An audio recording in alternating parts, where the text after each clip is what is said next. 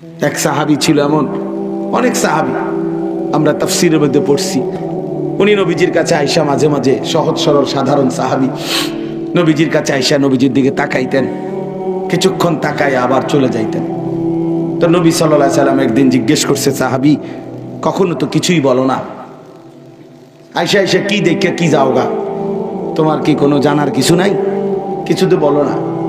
বলছি ইয়া রাসূলুল্লাহ, আমি একজন কালো সাহাবী, আমি একজন সহজ সরল সাধারণ মানুষ, কিন্তু আমার এই দিলটার মধ্যে যখনই কোনো দুঃখ বেদনা পেরেশানি অস্থিরতা হয়, আমি দৌড় দিয়া আপনার কাছে আসি, আপনার ওই পবিত্র চেহারা মোবারক দেখলে কলিজার সব ব্যথা ভুলে যাই।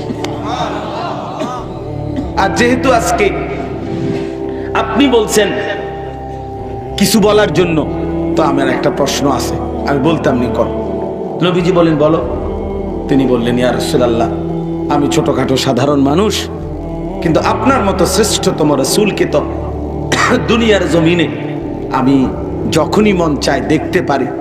এখন আমার প্রশ্ন হলো, আখিরাতে আল্লাহ তাআলা আপনাকে তো অনেক উচ্চ অনেক ঊর্ধ্বের জান্নাত দিবেন, আর আমাকে যদি মাফ করেও দেয়, যদি দয়া করে আল্লাহ একটা জান্নাত দেয়ও আমারে, তো দিব আর কি, আমারে তো আর এত ঊর্ধ্বের জান্নাত আপনার মাকাম, ওখানে তো আর দিত না আমারে।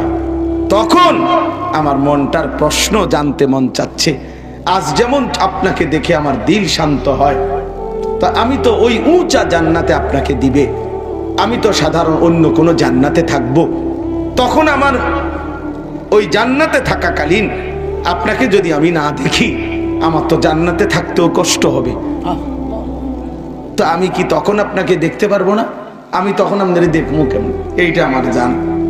এই তখন কোরআন শরীফের আয়াত নাজিল হয়েছে সূরা নিসা। আল্লাহ পাক আরশে আজিম থেকে জিবরাইল পাঠিয়ে আল্লাহ নাজিল করে জানাইছেন, বন্ধু এমন আশিকের জবাব আমি দেই, এমন পাগলের জবাব আমি দিচ্ছি। ওমান ইউতিল্লাহ ওয়ার রাসূল ফাউলাইকা মাআল্লাযীনা আনআমা আল্লাহু আলাইহিম মিনান নাবিয়্যিন ওয়াস সিদ্দীকিন ওয়াস শুহাদা ওয়াস সালিহিন।